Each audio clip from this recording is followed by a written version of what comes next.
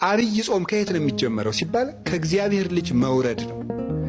አብይ ጾምን መጾም ማለት የእግዚአብሔር ልጅ እግዚአብሔር ወልድ ወደዚህ ዓለም የመጣውን መውረድ አድንቆ በዚያ ተመስጦ መኖር ነው። አሁን እየጾምን ይመስላችኋል?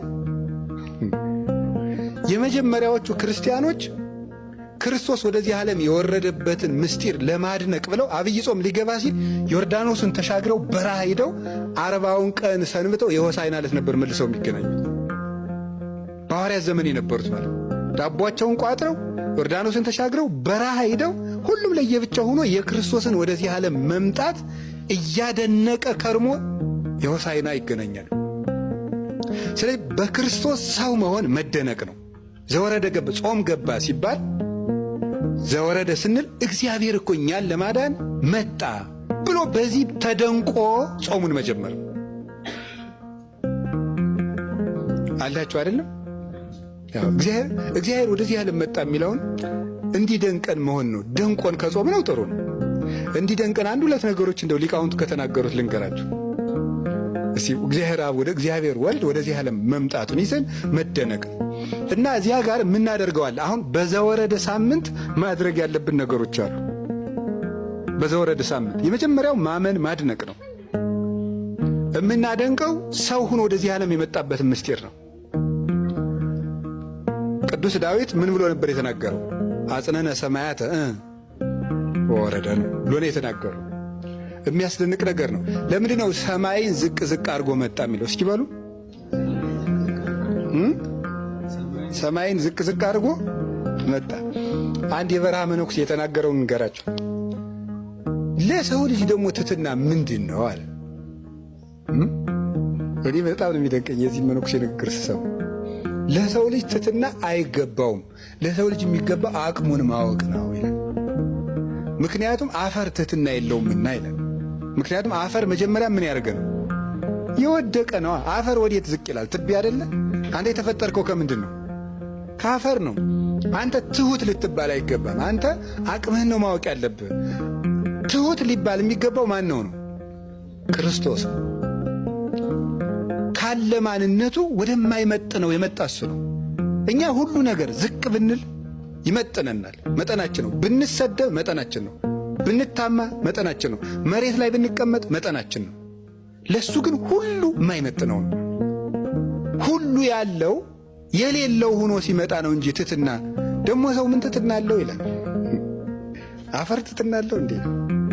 ሰው እኮ በነገራችን ላይ ነፍሱ ወደ ክርስቶስ እየቀረበች ስትል የራሱ ባደድ ከራሱ እንትን ነው የሚወጣ። እዚህ ቅርፍት ታውቃላችሁ? የእንቁላል ቅርፍት ከዚያ ቅርፍት መውጣት ነው የሚጀምረው።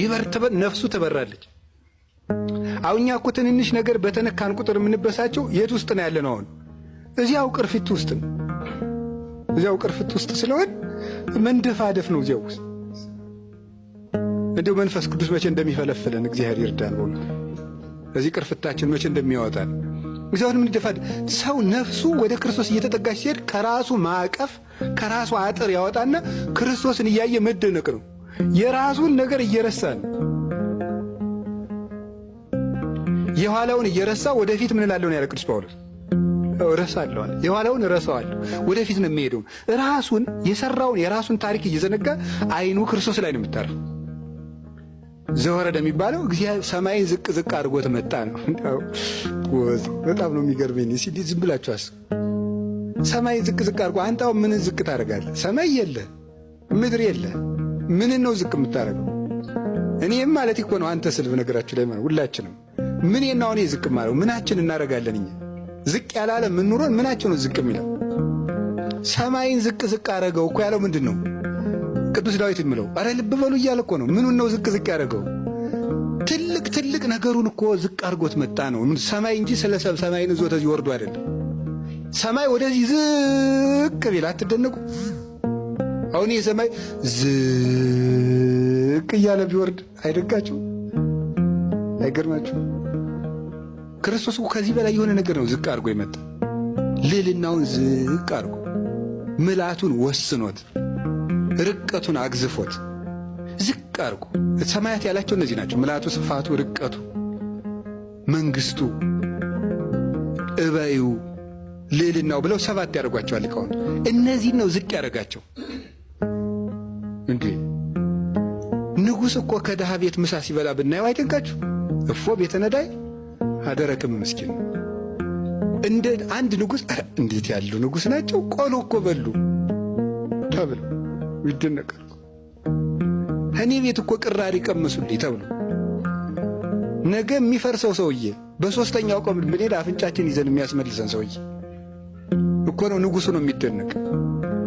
ክርስቶስ ዝቅ ብሎ በእኛ መንደር ሲመጣ አይገርማችሁ? በእኛ መንደር ሲመጣ የእኛን ልብስ ለብሶ እንደኛ እያለቀሰ እንደ ሕፃናት እታችሁ ወከመ ሕፃናት በከየ እንደ ሕፃናት እያለቀሰ ሰው ታቅፎት እንዲሁ ጾም እኮ ነው። ይሄ ነገር ነው ዘወረደ ጾሙ እዚህ ነው የሚጀመረው። በዚህ ስትመሰጥ ጾሙ ደስ ይላል ማለት ነው። በዚህ ነው የምንመሰጠው። ይሄንን ነው ሊቃውንቱ ያደነቁት። ዘያገምሮ መካድ አግመረቶ ድንግል።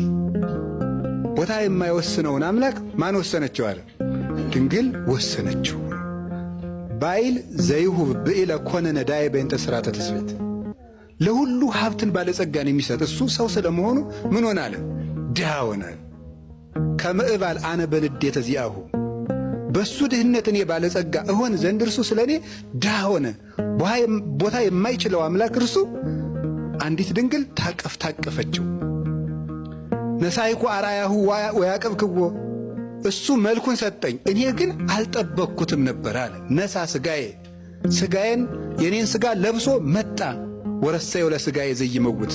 የኔን ሥጋ የማይሞት የማይፈርስ የማይበሰብስ አደረገው ይላል ቅዱስ ጎርጎርዮስ ሃይማኖተ አበው ምዕራፍ 61 ቁጥር 34 ላይ ሲናገር።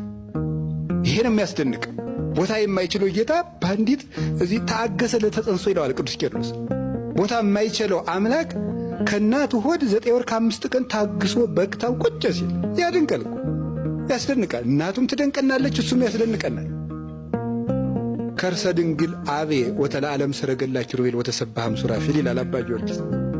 የእመቤታችን የቅድስት ድንግል ማርያም ማኅፀን ከኪሩቤል ሰረገላ በለጠ፣ ከፍ ከፍ አለ፣ ሱራፌልንም ላቃቸው ይላል። እንዴት ያለ ማኅፀን ነው!